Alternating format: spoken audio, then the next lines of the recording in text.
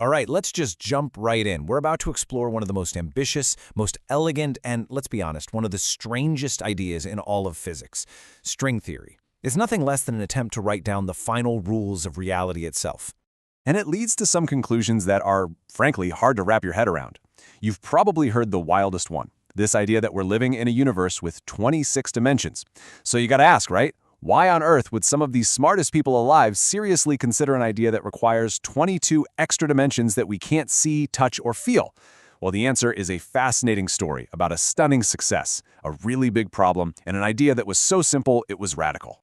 So, to really get where string theory is coming from, you first have to look at what came before it. And that means we need to talk about the current king of the hill in particle physics, the Standard Model. And this quote right here, it really gets to the heart of what drives physics.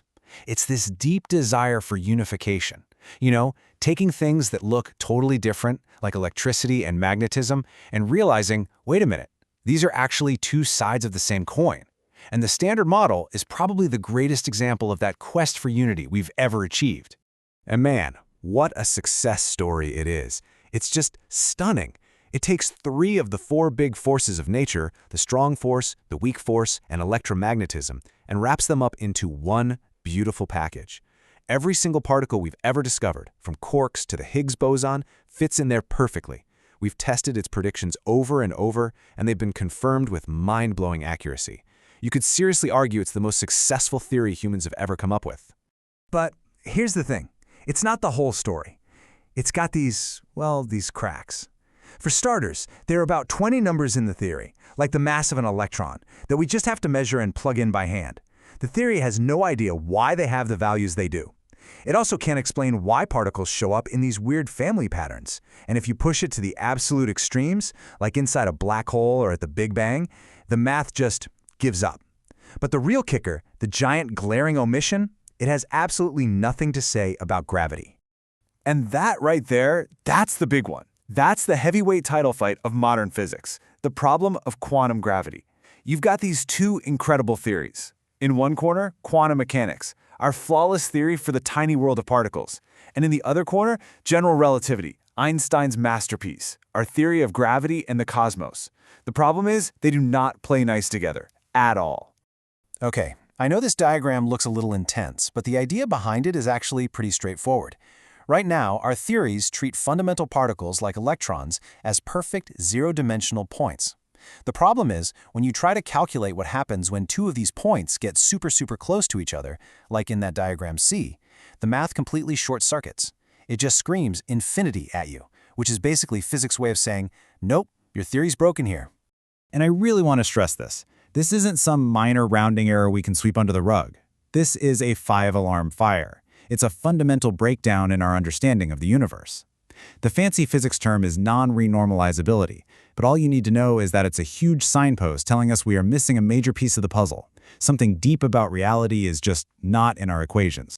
So what do you do when you hit a wall like that? Well, sometimes the only way forward is to question your most basic assumptions. And that's exactly what happened. A new idea came along that was, well, it was simple, but it was also completely radical. It asked, what if particles aren't points at all? Think about it. For 100 years, the model has been particles are dots. But string theory says, no, let's zoom in further.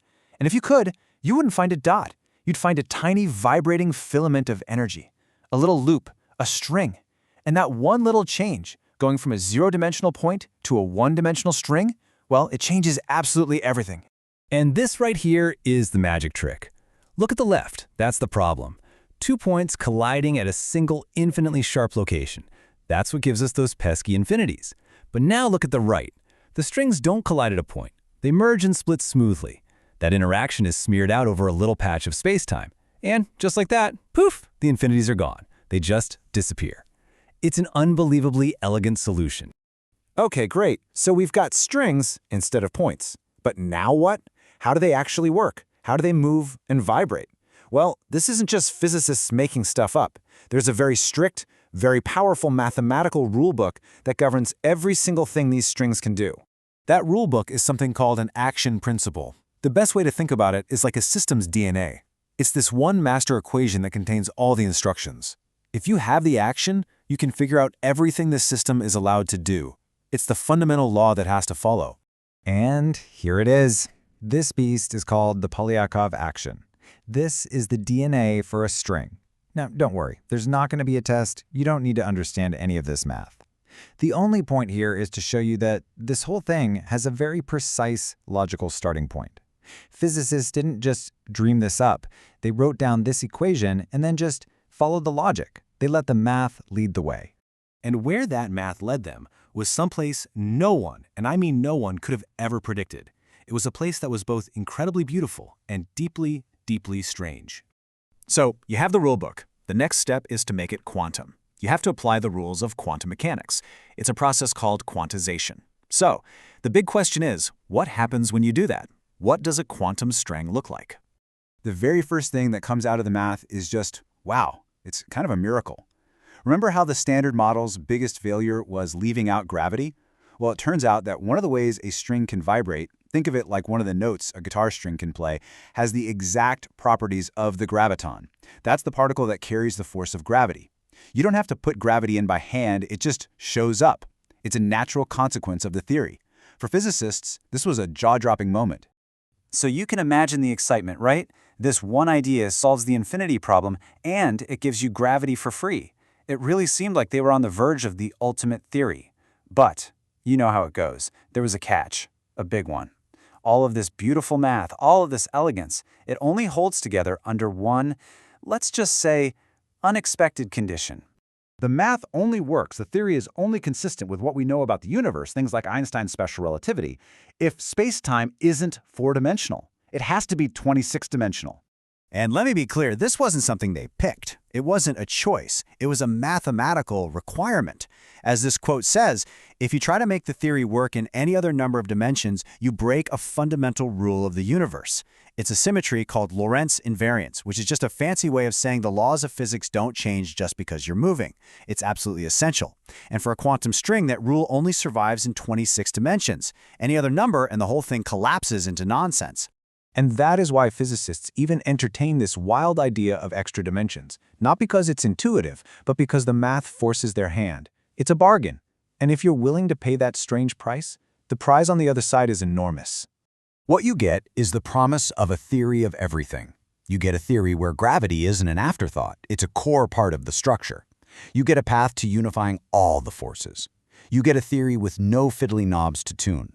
All the properties of the universe would just be different notes played on these strings. And the Holy Grail. You get a quantum theory of gravity that actually works, that's mathematically consistent, solving the biggest headache in physics.